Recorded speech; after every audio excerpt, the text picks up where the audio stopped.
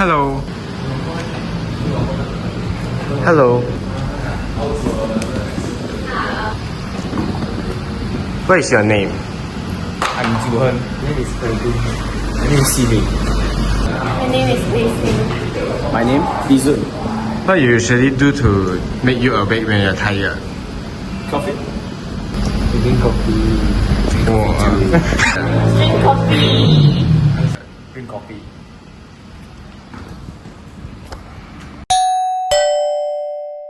Have you ever felt so sleepy that even keeping your eyes open felt like a battle? For many of us, that's when we turn to a comforting cup of coffee. Caffeine is one of the most popular ways to fight off tiredness. It found in coffee, tea, energy drinks, and even some sodas. With just a sip, it can feel like a wave of energy washing over you. But have you ever wondered what's actually happening inside our body? How does the warm, bitter drink go from your cup to making you feel awake and alive? Next, let's find out what caffeine does in your brain. Absolutely, here's a bit more expanded version for each section, still clear and engaging, but with extra detail and natural pacing to feel close to a full minute per part. When you take a sip of coffee, caffeine quickly passes through your stomach and small intestine into your bloodstream. This fast absorption is why caffeine can reach your brain so quickly, often within just 15 to 30 minutes. Once in your bloodstream, caffeine travels throughout your body. But the key is that it can cross the blood-brain barrier, a protective shield that usually stops many substances from reaching your brain. This means caffeine can directly affect your brain cells and change how they behave. Because caffeine reaches your brain so fast, it's no wonder you start feeling more awake and alert shortly after drinking your coffee. But how does it actually work inside the brain to keep you awake? Let's explore that next. The secret to caffeine's wakefulness power lies in its interaction with the brain chemical called adenosine. Throughout the day, adenosine builds up in your brain and attaches to the receptor, signaling your body that it's time to slow down and rest. This is what makes you feel tired as the day goes on.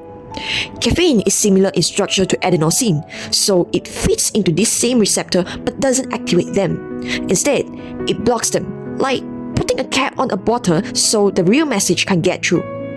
This blocking effect prevents adenosine from telling your brain to slow down, so your brain cells stay more active than usual. This means your brain feels alert even when your body really needs rest.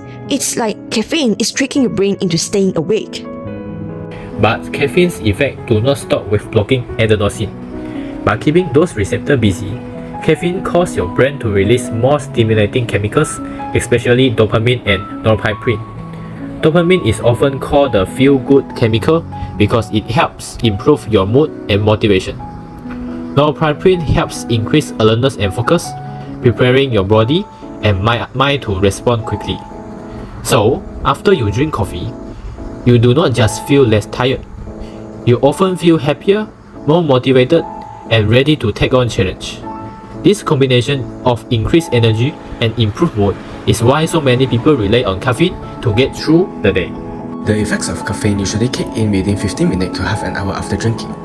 But how long they last depends on your body and how much caffeine you consume.